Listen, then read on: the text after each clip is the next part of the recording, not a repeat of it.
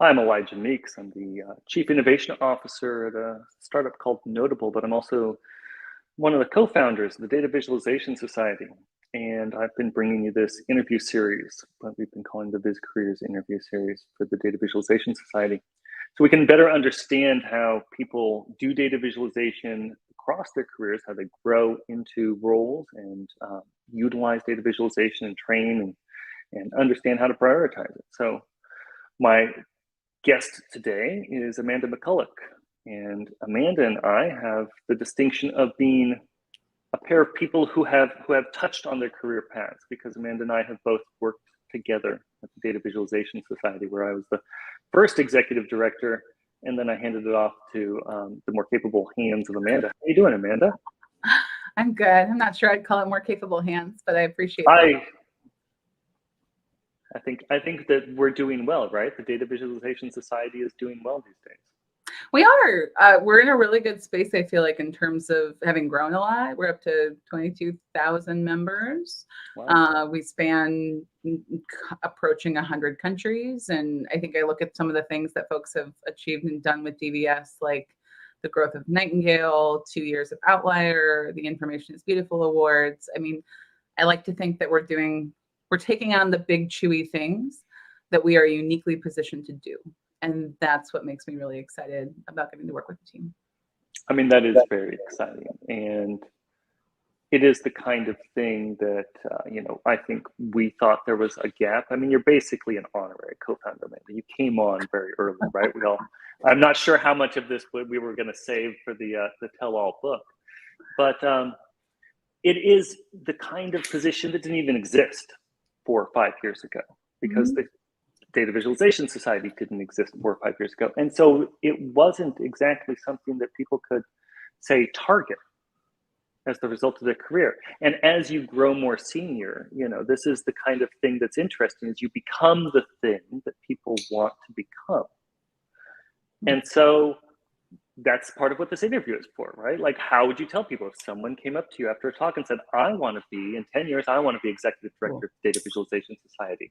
What do you tell them?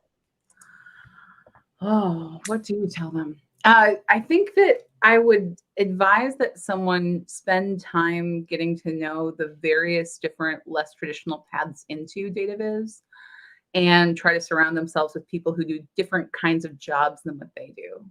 Because I think that's what's helped me the most, and where I've learned and grown the most in the role, is being able to go ahead and collaborate with people who've had roots in academia or in tech or in consulting.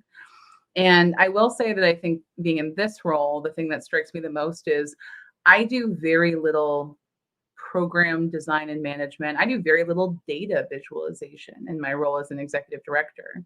I instead spend a lot of time doing a lot of team leadership and visioning work and working one-on-one with my board members to make sure that they have the tools and resources they need to be successful. So building up your leadership and communication skills, to me, far outpaces the importance of your ability to build some kind of great membership dashboard, which our very capable membership director has done for us. I didn't have to touch that. It's an interesting question. So we deal with this a lot. And what I like about there being an executive director for people to reach for is that, more and more data viz people are going to be in leadership just by virtue of the profession getting larger. And what that means is a natural sort of preferencing for that view of data visualization as a skill utilized among many different career paths, rather than a single specialization that you focus on. And that's been a bit of an argument, right, within the field, whether or not it's a job or whether or not it's a skill. In your career, when you were doing more data visualization, like, how much were you doing? It's interesting to think about how much data visualization I was doing, because I always think about that meme from a while back that had the 6 panels of like what my mom thinks I do, what my friends think I do, what my boss thinks I do. And I think there are a lot of assumptions made about doing data visualization as a full-time job, meaning that you're building charts and graphs as a full-time job, When Right. the reality is you're doing a lot of other stuff too. You're doing things related to data shaping and data cleaning. I've spent a lot of time doing a lot of coaching and workshop development to teach others fundamentals of data visualization rather than Mhm. spending a lot of time really digging in the weeds of getting really good at a new tool or tech stack like D3 or something else like that. And so I found that when I was working full time in a role for a company doing data viz work, I Mhm. would struggle to say that anything I did didn't connect back to data visualization. But some of it Sure. working for a consulting firm was how do we sell our data visualization services and consulting packages? Right. And Right. Right. that you could probably argue was not doing data visualization itself. So here's the interesting thing to me is because every time I've ever asked this question, it seems, or I shouldn't say every time, but the majority of the time, uh, folks express what you have, which is I don't spend 100% of my time making bar charts. Who can do that? I have to clean the data. I have to do this. I have to do that. Where do you think the tension comes from? Why do you think it is that people keep asking, either A, envisioning there being a data visualization career, or B, thinking that they don't spend enough time doing data visualization? Tension is an interesting word there because for me, I think that tension in it comes from when you're either being managed by or have clients who you're accountable to who don't necessarily understand all the other stuff that goes into making a good interactive front end or a good suite of static charts and graphs. And so I think that when you've been in positions where you have seen and felt frustrated by people saying, well, why can't you just deliver this tomorrow? Yeah, This is so easy. Can you just pull the report? We sure, had a sure. I remember there was a comment in the State of the Industry report around this question around time and the assumptions people make around, oh, can you just go pull that report? And it's like, it's actually like me pulling 20 different data sets, Right. going ahead and knitting them all together into this kind of actual data fabric that sits underneath a dashboard, and then refreshing the dashboard, doing the data quality checks to make sure the numbers are looking right, all those different things. And so I think some of the tension in my mind comes from that space. I think the other piece comes more internally from a space, and I felt this a ton looking at the beautiful, elegant, amazing data visualization, what people do around some degrees of imposter syndrome, around, well, I'm not spending enough time building these elegant, amazing, wonderful, beautiful data visualizations. So am I really contributing to this field and this community in a way that's meaningful? And I remember going to even I went to the Strata conference back in 2012, which is where I really kind of learned that data visualization as a field was a thing. And then the Hmm. same year, when that was a big data conference, so not data viz specific, but there were data viz sessions. And then that same year, I went to the Tableau conference, and I came away from it feeling like I just didn't belong in that space because these people were all doing these more advanced things and these cool things. And I didn't really engage with that community for a while. And now I'm much more involved in it because I've used it a lot more at work and in my personal database projects. But I just didn't feel like I belonged. And so I think that So, the tension to me comes from those two things. so that's the imposter syndrome. I mean, it's a common theme throughout tech, but I think more interesting is there is a sense that when you do the fancy data visualizations, the weird stuff, the stuff you were talking about, the Information is Beautiful awards, right? Yeah. So the IIB award winners. Um, I've noticed that there's a kind of pushback that that's actually not impactful. That there is a sort of virtue to the I don't do data visualization like that. I work instead on impact. I'm more listening to customers. I'm more interested in stakeholders or accessibility. And that's why I ended up with these three charts that everybody knows how to use.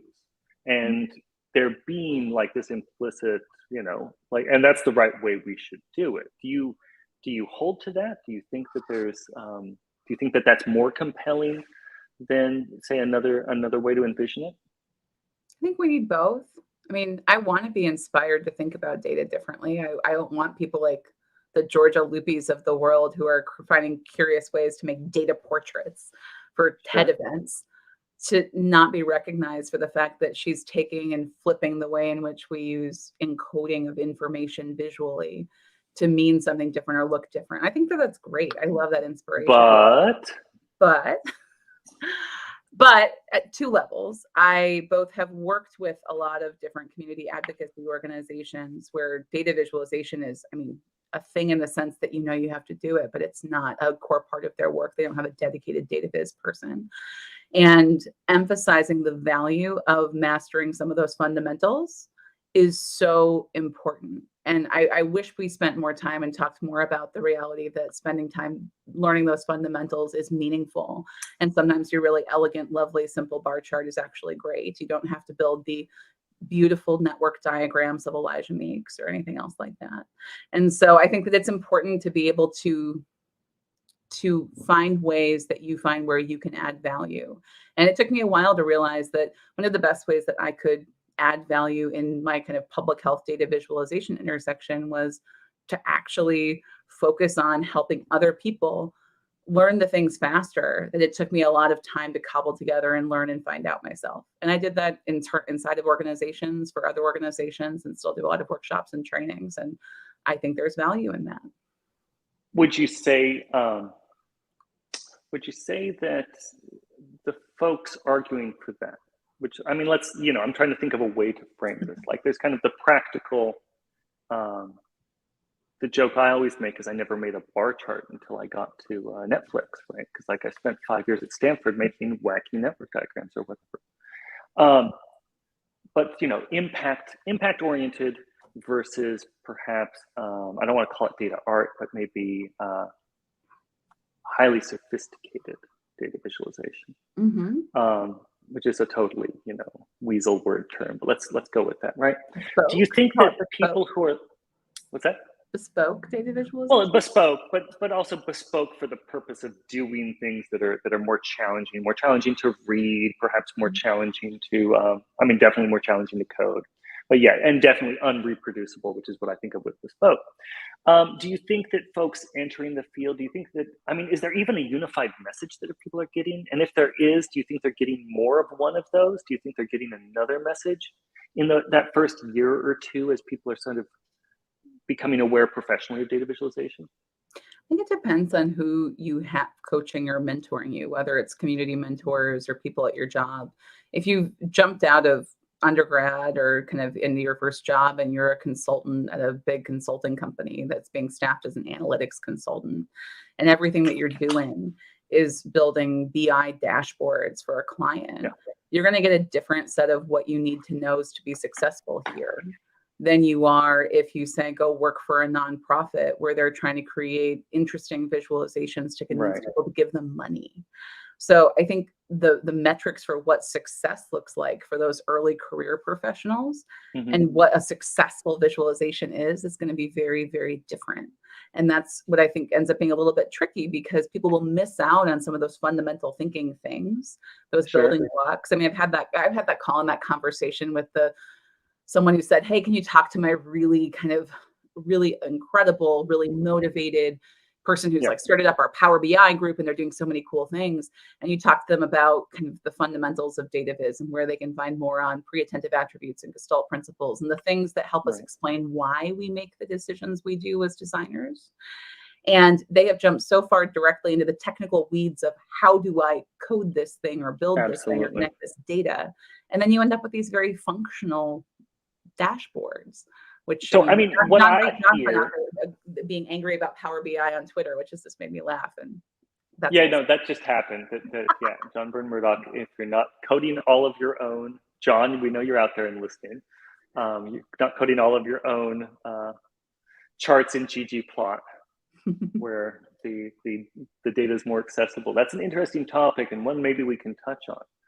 Because we're alluding to it, but it's actually a rather interesting question. But I want to follow up here a little bit, is that we've got this idea, like you're saying, where it's rather easy actually to dive into the technical, learn how to hack at Power BI or Tableau or D3, make weird things, especially when you can just copy the code and paste it with somebody else's settings and not mention that you didn't write it, that you just kind of copied it over. And it's very difficult to do stuff that has actual impact, that's actually accessible, that actually resonates with readers. But do we perhaps emphasize the latter now more than the former? Because it used to be that the former was more important. And in fact, I think that's why the IIB awards sort of went away. I think that's why Open BizConf sort of went away, is that what became more important again was this focus on impact, practicality, and usefulness, which also I think broadly also includes accessibility, which itself is its own subject worth discussing. But first, do you feel like that's a correct formulation? Do you think we're there, where there's been sort of a pushback on sophisticated geometric monstrosities and a focus on impact? And if so, do you think it's pushed too far? Do you think it's swung too far, and now we don't think that anybody should learn a network graph or how to make a network graph or read one? I don't think the former was ever the goal in my space when I was working in public health. So I struggle with the kind of pendulum swinging type approach. We did some network analysis and mapped and did network graphs when we were looking at networks of traditional birth attendants in Sierra Leone as part of a retraining initiative. And we did it because that was the kind of data analysis that was valuable. And so the more novel networky visualization with all the nodes and figuring out who the influential people were in that network was valuable. So it was both novel-ish and impactful. And so I one of the things that strikes me about that kind of idea of a pendulum swinging is I think it depends very, very broadly in what industry you're working in, where you're working, and the kind of work you're doing. Because I don't know that public health really ever swung over into that really bespoke visualization space or more complex coded visualization space. You had a lot of stuff being built out in Excel and other tools like that. And when I was working on public health projects, including big informatics projects around health information systems, when you were building different data visualizations, and that was your job on a team, it was never under the auspices of being a funded data visualization project. Like I was funded for one of my big projects under the data demand and use bucket of money. And so the things I was doing, the way they were assessed around their success was, is it enabling more demand for data and information and the use of that data for decision making? And so data visualization was a tool to get to that goal and that end and that impact. And it's one of the things I really liked about that kind of work in public health is the visualizations were never the endpoint of how we They were situated within a system wherein you were trying to accomplish something and not just make data visualization. Well, and think about how people used them, right? I mean, there were some projects. There was a project that did work with these impact teams.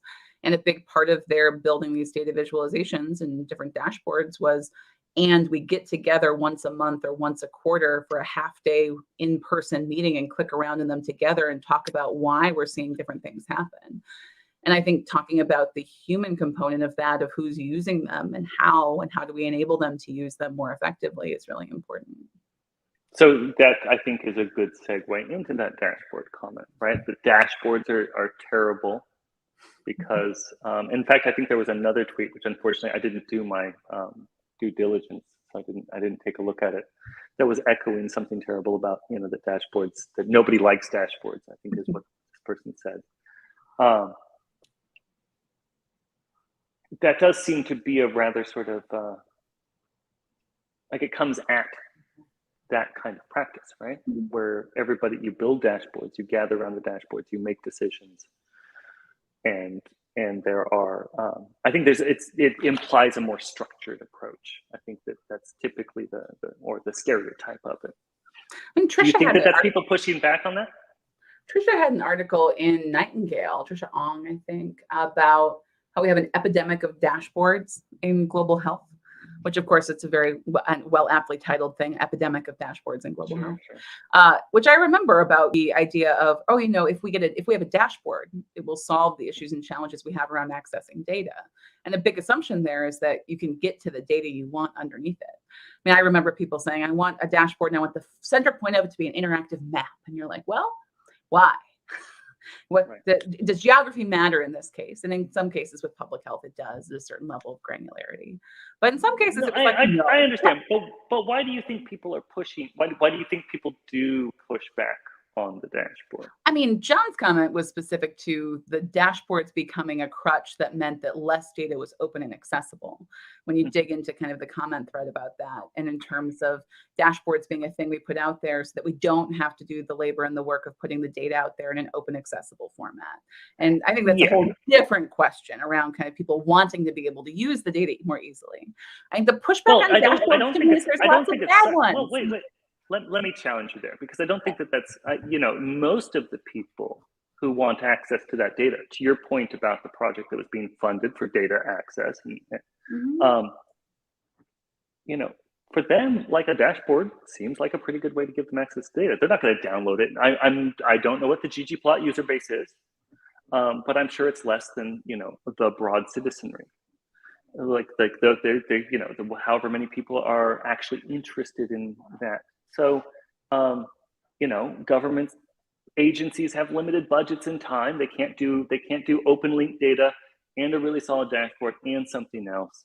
In that case, wouldn't the dashboard be a positive thing? I think the dashboards are a great solve for making data more accessible and usable. Sure. Absolutely, for sure.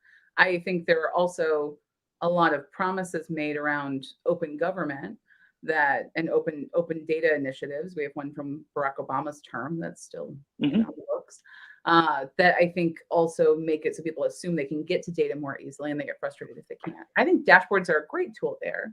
I think oftentimes dashboards are not designed really well because they're designed in a much more functional mindset, or they are a dump of lots of charts of data that might even look really pretty, but when you start plugging in and prodding at them, it's like, so I see a bunch of charts, but I have nothing that indicates anything around context. What does this mean? So the more complicated parts of building dashboards are actually adding in additional calculated measures around change over time and around kind of delta from a reference point or things like that. And I think a lot of times, what we would kind of think of almost as like data science or just trying to provide that context in. I mean, I don't think it's so complex to call it data science to me when I'm calculating week over week trends. This is an analysis. Yeah. This is basic data analysis.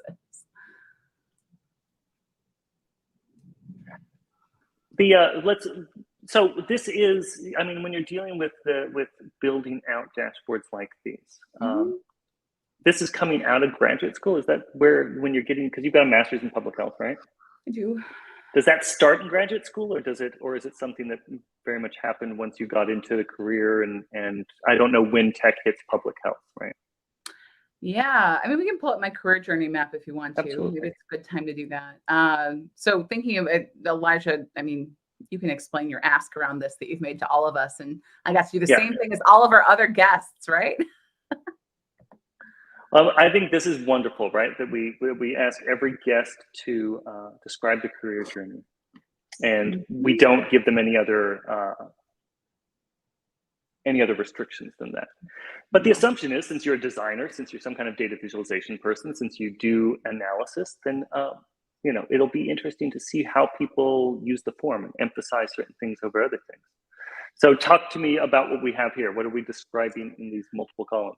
Yeah. So when I was thinking about what I wanted to make sure was represented in this visual, I thought there were a couple of important things. One, the two things that are really important and core to kind of how I want to continue my career in the work that I do are around doing work in and related to data visualization and in public health. I mean, that's one of the reasons we'll talk about this, that I'm currently working independently and splitting my time between DVS and freelance consulting. The second is around the different kinds of products that we create and how that has ebbed and flowed and changed over time for me. The team roles I've held, whether I am really working more as an individual contributor or a team lead, and that you can see that kind of comes and goes a bit too. The clients I've had and how much work travel I was doing. And so as I think about kind of what that looks like, to your point where I started, I finished grad school in December of 2009. And my first job was as a public health analyst. I sent 3 emails a day to anyone I could find who might be willing to look at my resume, because this was not exactly a hot time for job seekers. If anyone else remembers, sure. In 2008, 2009. Finally got an email back saying that, we have something that maybe might be only a 9-month job, but then you can see where it goes, and started as a public health analyst. And I was on this team that was a mix of graphic designers, analysts. I was on the analysis team, and web design, basically doing a bunch of ghostwriting and analytics for the USAID Global Health Bureau. We sat down the street from them from the Ronald Reagan building. We wrote their annual reports to Congress. We wrote about their web content. And I got to work with really good editors who improved my writing a lot and showed me really bad writing tics I had. And I got to work with really smart graphic designers who showed me how much better my charts could be compared to what I was kind of plowing out of Excel or Stata or SPSS. And so I did do some work, a little tiny bit of work, I think, kind of doing some interactives on dashboards. But as you can see kind of here in the second row on product type, I didn't really do a lot with dashboards and interactives for a couple of years. I worked mainly on static charts and graphs that looked a lot more like this, like things that got plopped into these reports to Congress that were more focused just on communicating information about kind of achievements and successes and how the USAID Global Health Bureau was spending their money. And so the most novel things we did were much more in the space of like, let's turn this area chart into a pile of pills to represent antiretroviral treatments. Like that was the degree of novelty we were looking at and talking about, not other things. And you can see, like, I look at this, I'm like, look at those rotated, angled, weird country labels. I mean, there are always things we'd look at and say, is this the best way to display that data? And I would probably do something differently with it now. But I was working a lot on those kind of projects when I first started out my career after grad school. And it was being in those kind of blended roles, working on both comms things and analytical things that made sense to me. And I thought was setting me up for a career path as a monitoring and evaluation advisor, which is where I thought I'd go with my life, rather than knowing that data visualization was a thing I could actually do full time.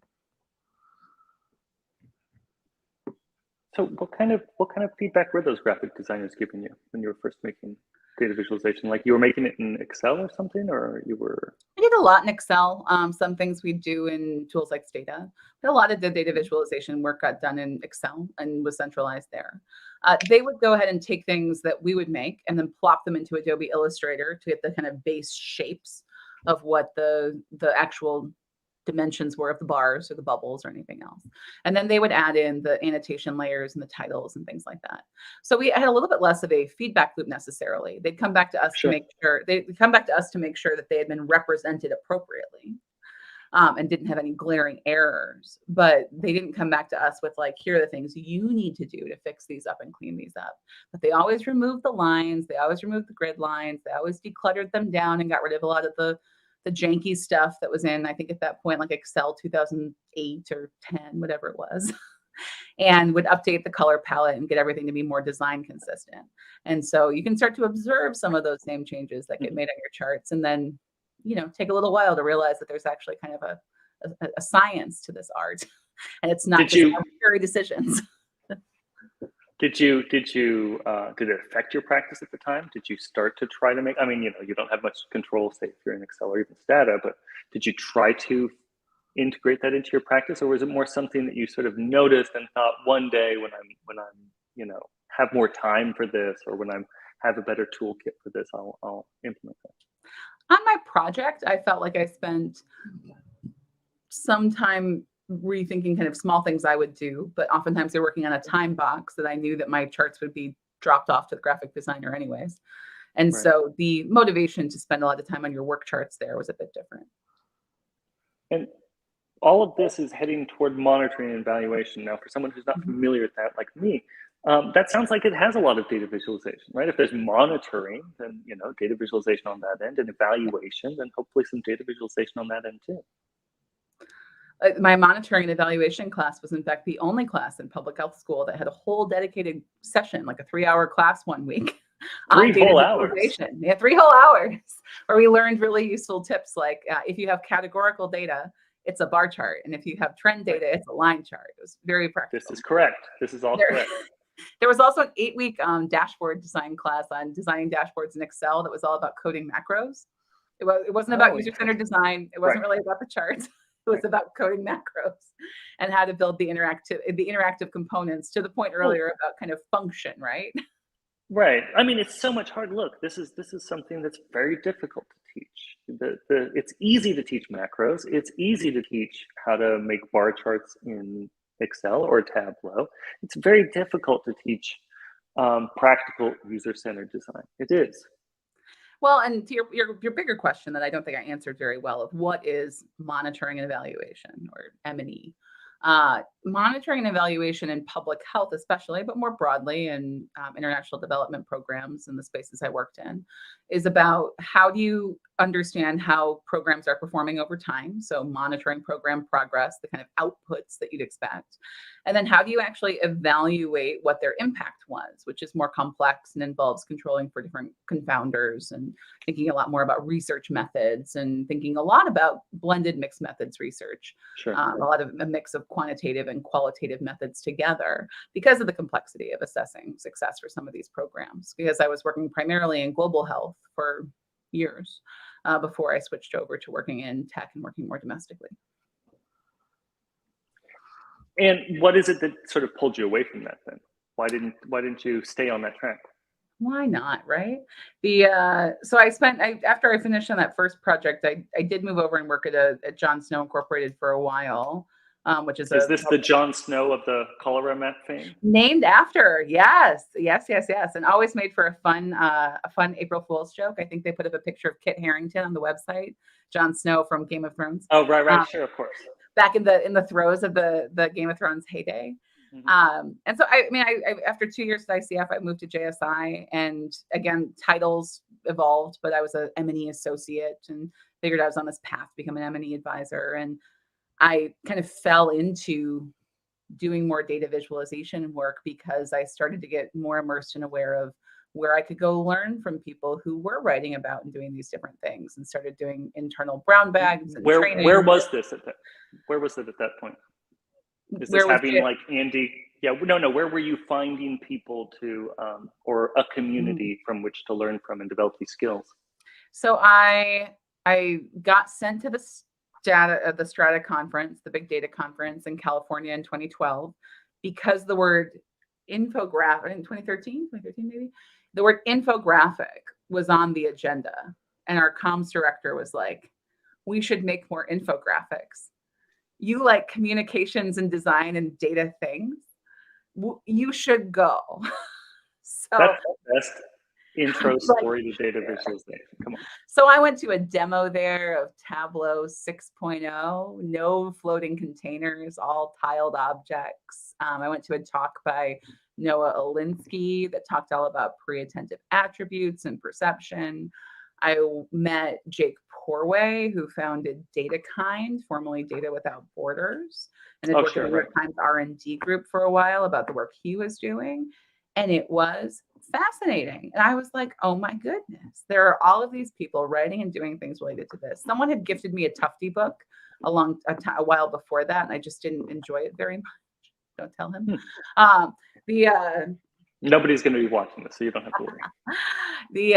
And it sent me back to that space of looking at kind of how do we do data visualization better. And so I started reading different blogs. I like Cole's blog with Storytelling with Data. American Evaluation Association at the time had the Data Viz and Reporting topical interest group that Stephanie Evergreen and Ann Emery were leading. And we're doing a lot of writing and talking about that. Stumbled into other researchers in this space like John Schwabish, who does his policy viz work.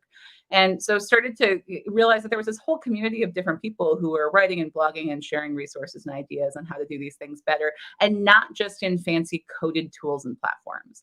I think the thing that was really exciting and useful there was doing better data visualization work in the things we were already using, like Excel, rather than having to feel like you had to do custom coded fancy things in order to build better data visualizations. Which was a common refrain for like Stephanie Evergreen or Cole Makulec, right? This was, meeting people where they were working rather than, and why do you think that's better? Why do you think that calling out to a fancy new tool or, just learn Python, come on, like why doesn't that work? Instant gratification. I can fix the things I'm already building and doing. I also think that the ability to collaborate across your team is a really big piece of that, not becoming a single point of failure of the one person who knows Python or the one person who can code in ggplot. I can send my file to someone else and they can see how I did it, or they can go ahead and they can interact with it and do something different with it or edit it or change it. And there is not a single point of failure dependency on me as the one person who knows that custom coding type language or space. I think that makes a lot of sense. And, I think that the idea that I think all of the conversations around data literacy, at least that I've seen lately, have come out of that sort of family, right? Like that sort of area of the data visualization community that was focused on impact, that was focused on meeting people where they were. I think that's the natural progression of that, is to say, we've been paying attention to this the whole time, and here we'll call it something, data literacy, and now you folks can pay attention to this maybe and get better at having impact, right? By taking that particular part into account.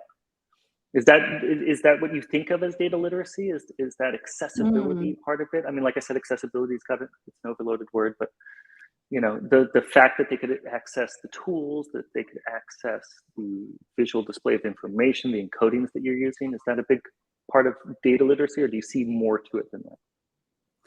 I think it's a piece of it for sure in terms of what data literacy is. I think to narrow data literacy down just to understanding encodings and charts also misses the mark, though, right? I mean, data literacy is also I meant less the encoding and charts, but rather the accessibility of a thing, like making, like understanding, like that something is accessible. Like you were saying, the tools were accessible. It wasn't just the charts that you were sharing with people. It was the fact that you were sharing Excel, and Excel was a shared literacy, right? That they could go in and they could modify the analysis or the charts or whatever.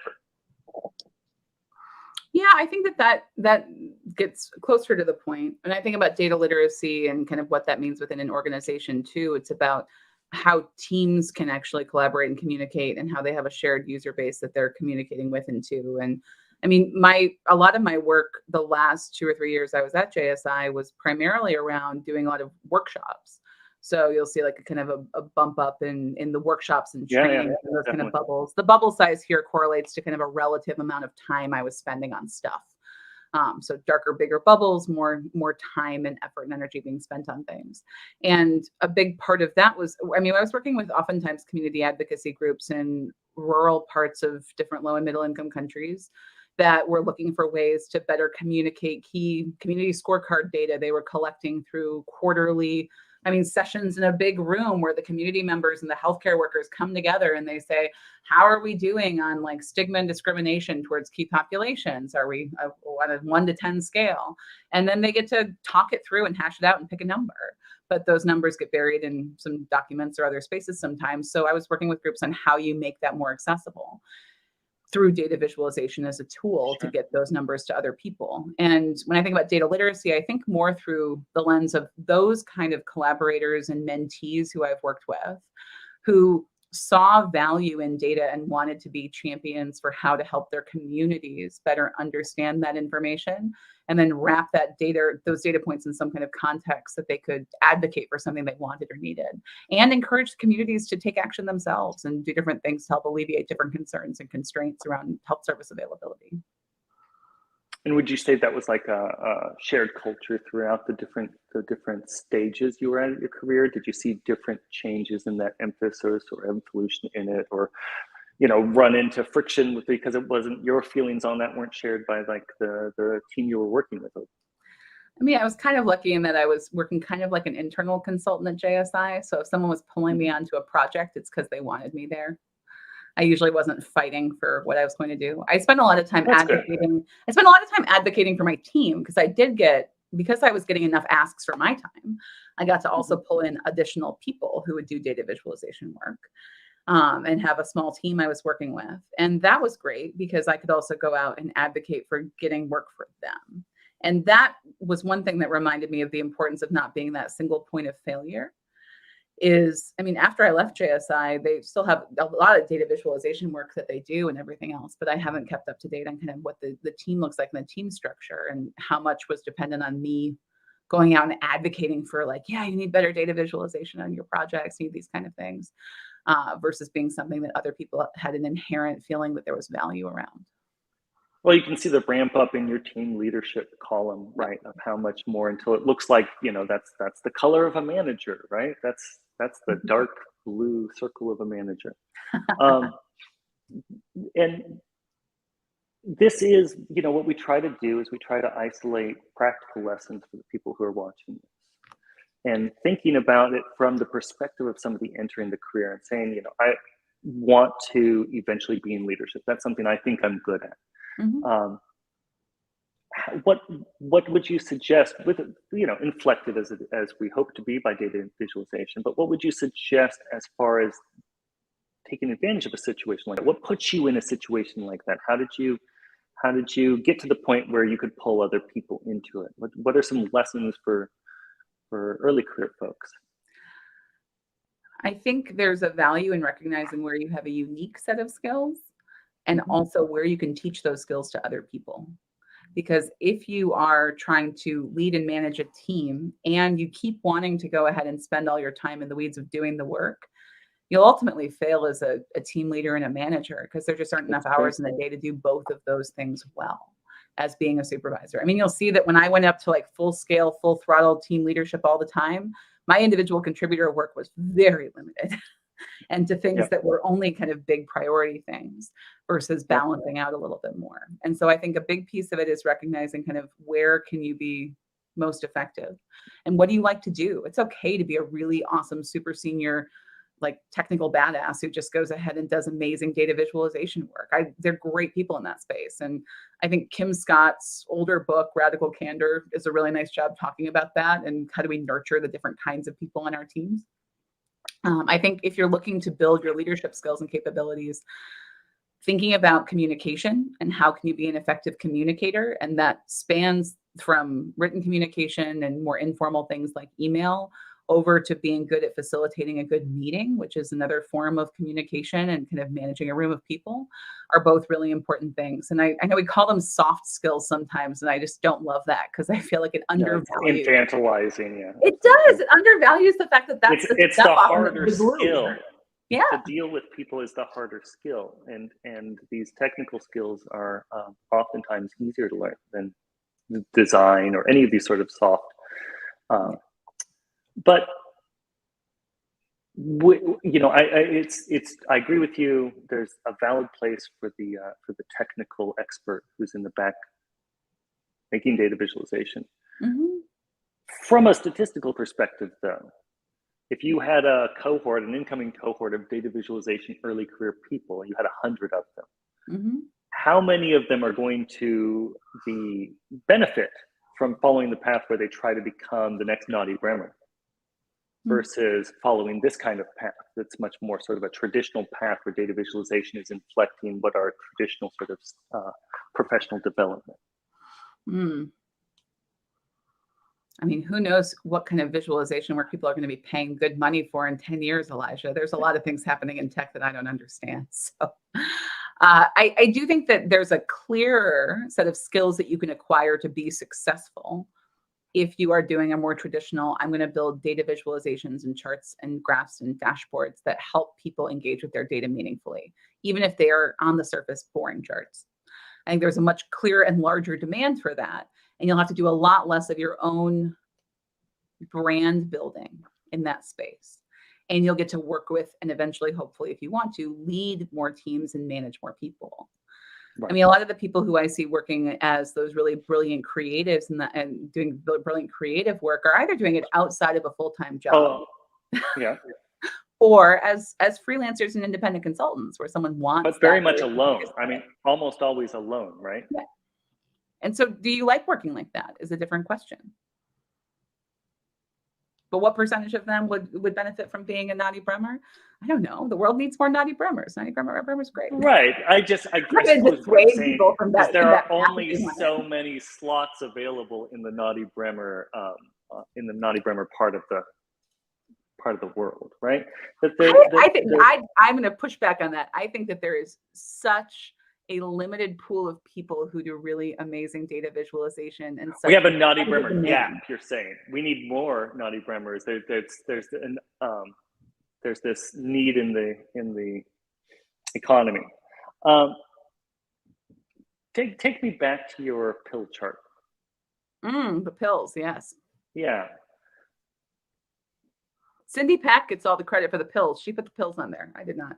Right. I'm just wondering, where do you stand on a pill chart? Or, where do you stand on a highly decorated chart like this? I think in this context where it doesn't really obscure the shape of the curve very much and there's a lot of direct labeling, I mean, I think it's fine. I don't know that I'd put all those lines on there to indicate what that looks like or label every single year. But I think that there's a place for novelty in augmenting things. I think I think about things like Gabby Marite. She had like a bar chart about hugging, and she actually has like little arms hugging the bars. And I think that there's a shift away from kind of the most austere, decluttered visualizations back towards how do we add a little bit more humanity into our graphics. And if it gets someone in Congress to pay attention and look at this chart, I'm okay with it. But this is a report written for members of Congress where you're trying to justify why they should keep spending money on global health. And I would bet you that whoever the health staffer is who's reading through this chart is much more likely to have their eye caught by the pill chart than by these messy clustered column charts that are sitting on the bottom. Which I don't understand what the ordering. Oh, the ordering's alphabetical. There we go. Alphabetical, all right, yeah. That's good. At least it's something. We missed the point entirely on it, though. Look at this. We missed the point entirely on this. Like, the point is they all went down. And honestly, why we plotted all the points and not did like a dot strip plot or something else like that, and instead just have all these red. That's the purpose of this chart, is to point out that the dip from, what is this, 2009? Yeah, all-cause mortality. This is number of under 5 deaths per 1,000 live births, and it's looking at the decline, and they all declined. And so why we didn't go ahead and just plot the declines? Amanda. It's job security. But what this also reminds me of, though, is that you were involved, like many of us, in the early days with COVID and the COVID dashboards and all of this, like data visualization, when we were talking about 2 weeks to compress the curve. What was the expression? 2 weeks flatten the curve. We were going to flatten the curve. Curve the curve. Flatten the curve. Yeah. And I think that, that was an interesting point where it seemed like there was going to be data visualization everywhere to make us aware and a bit neurotic about like the day-to-day workings of it. But then I think there were a number of us in the field that thought that this was going to be like a moment where data visualization was going to lead to better human beings, better social benefit. And it didn't. Did you think that, because you came from there, you were probably already very sort of cynical about it, and you were like, haha, I know that nobody's going to read these charts, just like they didn't about this outbreak or that outbreak. Or did you think that it was something fundamentally different, and like a new chapter with data visualization in regard to COVID? What a curious question. I don't know that I'm quite as cynical as you are. In terms of what that looks like. I have a lot of comments to make about the COVID charts and things like that. I think the thing that COVID did for us, and the early charts didn't. So I think the big challenges we had, a couple of things, right? So I did this collaborative project with Catherine Howe, where we illustrated kind of how COVID cases got collected and using words like facts, really exciting, really cutting edge tech words like facts. And we talked about the messiness of the underlying data, which I think was poorly understood, and partially because there was this rapid availability of data sets, right? Our World in Data had a pretty quick data set spun up. Tableau had their data set. The New York Times GitHub, you can pull all the COVID data from. And if you compare that to, say, like HIV when it was emerging, I mean, we update the HIV database for CDC data. It looks like it's updated annually. And so we're looking at a different pace of information for how fast we expect to see things. And I remember people calling me saying, I looked at the New York Times tracker again today, and it looks like it's gone up by a few different cases. Should I do something different? And I'm like, stop looking at the tracker, because the answer is no. You should just keep, right now we don't know a lot. There's a lot of uncertainty. Just follow the public health instructions. But I think that there were a lot of things that were done, and people over time, and this is a big thing because you're talking early on, right? But over time, you saw a lot of evolution over to people building these things that were more designed around risk, right? So like community risk levels for different things. So this is like COVID Act Now is one example. If I go to like the Washington metro area, they would go ahead and they would rate things differently. Now, this is using the new metrics from CDC that are based on hospitalizations and deaths, not on cases. So risk level is going to look different. And we can debate the merits of various color palettes on things. But what they did try to do is put things in one place in a more readable space or format. How are we doing on certain measures or metrics? What are the benchmarks that we care about, higher or lower? those kind of things. And so I think that there were people who did pay attention to that. There were policymakers in some school districts and other spaces that did look at that data and say, if things are getting really bad, can we have more data-led masking policies, for example? Massachusetts had those. So I don't know that I'm quite as cynical about the ways in which data visualization shaped what that looked like. I think it showcased how numb we can become to numbers, though, because at a certain point early on, it's the whatever it is, the one death is a tragedy, a million deaths is a statistic. Right. We definitely fell into that space until we hit the New York Times spiral graph, the curve where they spun the case curve on its side and everyone got all angry about it. But at the end of the day, we talked about a case curve that had been evolving and getting worse for some time and we weren't paying any attention to. So maybe it served its purpose. Going back to your point earlier of user-centered design and trying to get your audience to care, to at least look at what's going on. Yeah. Makes sense. But from the you said something about how it made people overly concerned, right? They were checking multiple times a day. So data access, perhaps there's a sweet spot of data access then, where you can't, maybe people don't need that much data. I mean, it comes back to me, it seems like it's a very similar to a data visualization design principle, right? Of trying to filter and tell a story with the data and not just put the entire data set in front of somebody, to recognize that you can overwhelm people with too much data as a design choice. And it seems like that was also one of the lessons out of the sort of COVID-19 response, at least from a dashboard and data visualization perspective. The benchmarks and reference lines that were on some of the earlier charts from COVID Act Now were great because they said, here's where you should be concerned. They were very explicit. If this line is going above here, you should be concerned. If not, this is not something you can worry about as much. And we saw an evolution too in coding the uncertainty, like that 2-week window where everyone would be like, oh, the cases are going down again. And then oh no, the cases have gone up again. What happened? Why did the numbers change? Which fosters this distrust in the data, right? When the numbers are changing. But at some places started highlighting it with a highlighted band or not connecting the points. So they'd leave them as individual points and not connect the line. Right. And I loved seeing some of the evolution of the encodings and how people actually responded to feedback. And we're like, oh yeah, this doesn't make sense to have as this kind of line. It's more that's tremendously exciting, right? Yeah. I mean, doing some kind of visual encoding to indicate that this is, this area is less certain or will change. Is more numbers will change. In flux. Yeah. And to me, that's the most exciting part of data literacy to me. That's where it sort of overlaps with data visualization, is this idea that you can get a more robust, more sophisticated view of things. I guess that's where I always get a little bit nervous about the bar chart scatter plot thing, is that that is extremely precise, but the world isn't extremely precise. And so sometimes you need things to reflect this other facet of the data. But I want to pause there because we're getting close to the end, and we haven't touched on this final part of your career, the current part of your career that I want to talk about a bit.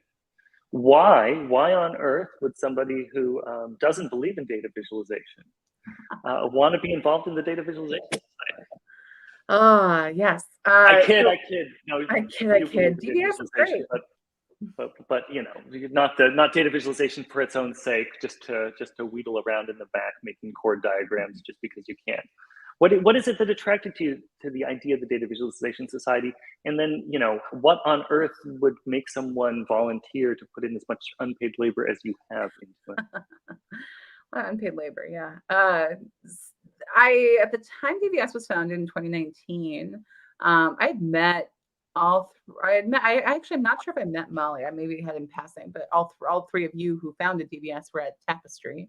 Amy, I had met in passing from DataViz DC stuff in the past. We both lived in DC at the time. And I attended Tapestry when I was 5 months pregnant with Caspian, with my firstborn son. And so at the time, you should pull up Caspian so people know what he looks. Oh, he's so cute. He is. Here, let me fast forward. This is Caspian. Now there's a data visualization. My firstborn son. This is my pizza baby. You can see the beautiful small multiple pie chart situation we've got going on here with my child in a pizza box, showing and small multiple baby. He's very big now. I mean, he's 3.5. But if you look at that, and if you think about 3.5, that means that I've been doing DVS stuff for also about 3.5 years, because I started volunteering with DVS the second month of my parental leave. I was working at Excella at the time, so I was the data visualization lead on at a tech firm, a tech consulting firm that was mainly agile software development and a big data and analytics practice. And I've been working as a team lead at Marriott International at their headquarters for some time as my major client project, which is where you see those big bumps away from public health into totally different kinds of work, dashboard focus, team leadership, those kind of things. And I realized I couldn't have much of a conversation with my very tiny human being. And so at the time when he was, 6 weeks old, and I think I was person number 12 who signed up on the list and checked a box that said, yes, I'd be interested in volunteering. So Amy reached out because she was about to go on a little vacation of her own. And I got involved in DVS then. And I kept working at Excella up until the end of March of this year. Kept working at Excella, doing different data viz projects across different clients and federal agencies. But at the end of the day, like, the thing I care about the most is trying to help build the kind of organization that I wish I could have recommended to the mentees and trainees I had at these community workshops 5-6 years ago, Right. and to myself back when I was a public health student, that I could point to and say, hey, you can go explore all the cool ways that you can either build this as a big, awesome skill in your toolbox, or you can pursue different full-time jobs in this space. And so for me, I'm really motivated by the community aspect of how do we actually create this space where people can explore and discover what these paths look like and connect with different people who may have intimidating names and titles, but who, the more I've interacted with people across the data viz community with all different kinds of educational backgrounds and fancy titles and things, everyone is so generous and giving of their time and their ideas and their expertise. And creating the space to allow that to happen for me is really important. I think that that's partially me just kind of as someone who has always appreciated community and nurturing community, and as someone who wants this to be a thing that you get taught when you're in school, when you're younger and stuff like that to a greater degree. And DVS is that space that lets me do that. So I spent the last 6 months going ahead and focusing primarily on that space. I had ambitions of splitting my time 50-50 with freelance consulting and DVS just has too many opportunities for me to do things. And to keep the myself emphasis on free. I think it's extremely valuable. Like, of course I believe in DVS, right? Mm-hmm. But I think that as an organization, I think it's important that the organization embodies the perspective that we've talked about during this call. I've often occupied that role, whether honestly or just so that somebody would, of like the lone technical, I'm making a Sankey diagram just for the sake of making sense. Look at particles. There's particles on my Sankey diagram. And I know from my own experience that it's just not, I maybe we disagree here, but the reason why I was asking about the more naughty Bremers and things like that, I don't think it's the best path for people to take. Because eventually you get to the point where you're really good at the skills, the hard skills, we can call them, right? The technical stuff. And it's very difficult to bolt on this sort of user-focused, empathetic perspective. Like, it's very difficult to pull design into it, because those hard skills are very much focused on engineering, and the engineering perspective is about performance and optimization and stuff like that. It just doesn't admit as well, in my experience, to an audience. So yeah, okay, I think we want people to know that that all those different paths exist, right? Like, we do, but we have to be. But we have to be honest with them. You're not all going to be. You're not all going to be, whatever, a rock star, right? Or not everybody's going to win Wimbledon as much as everybody might want to. So I think it's just wonderful, and it's not like as you pointed out. That's not to caricature you on the other side, and that's what I worry about the most, is this weird sort of bipolar view of it. As you said, and as we've talked about, this isn't just a bunch of default Tableau dashboards that you've worked on, that you've built, or that you're familiar with. It's just that it's impact oriented. It's impact first, rather than sort of technical sophistication first. And I think that's the key perspective to bring to things. I do worry myself. I don't know that that I believe in pendulums, as I've brought up over and over again. So I keep thinking it's going to swing the other direction. But if there was anything that you would hope to see in the next 5 years in data visualization, what would it be? I would like to see us more broadly recognized as kind of an industry and a field and a discipline, which I think has a couple benefits. I think by having more closely formed ideas around kind of what are the foundational skill sets that you need to learn to be really good at this, and not just be good at it because it's an innate talent, but to be able to explain your design decisions to a client, which helps you justify why you've made the choices you have and helps you teach and train other people. I think having that core coda of better amplifying what those core skills are is really important. And I think that broader, better recognition of what data visualization looks like and the ways in which the democratization of all of these tools have been both a wonderful gift to make it much more accessible as a career path. You don't have to be a coder or someone who classifies themselves as an engineer or software developer, which I think is amazing. But that also enables us to make a lot of really awful charts and graphs, sometimes that look very pretty, but are really misleading and terrible because you don't understand the underlying data sets. And so I think the more that we all come together to understand that as an industry and to nurture kind of what those core practices are and be mindful consumers and stewards of data, including thinking about bias and ethics and other things that are really important to our evolution as a actual field and industry. And we develop what that reputation looks like and how we add value and have an impact so that leaders understand why they should invest in building their staff's data visualization skills. I think that doing that, even in the spaces and circles where there are already seeds planted, has a lot of very broad benefit for what that can look like in terms of the growth of the field around the world. And so that's what I would love to see and get really excited about. I mean, it is exciting, and I think that's an excellent vision for the future, and I'm glad you're in some kind of position to make it happen. I try. Well, thank you, Amanda. Thank you for joining me. This has been just an exciting and, as expected, a very enlightening conversation. Wonderful. Thanks for having me, Elijah. It's always fun to have a chance to catch up and be able to, I think a little bit more broadly than just what DVS is doing and think more about what's happening in the broader industry, which is great. That's I hope what we can do. Wonderful. Well, great to see you, and thank you to everyone who joined us today. I appreciate your time. Bye.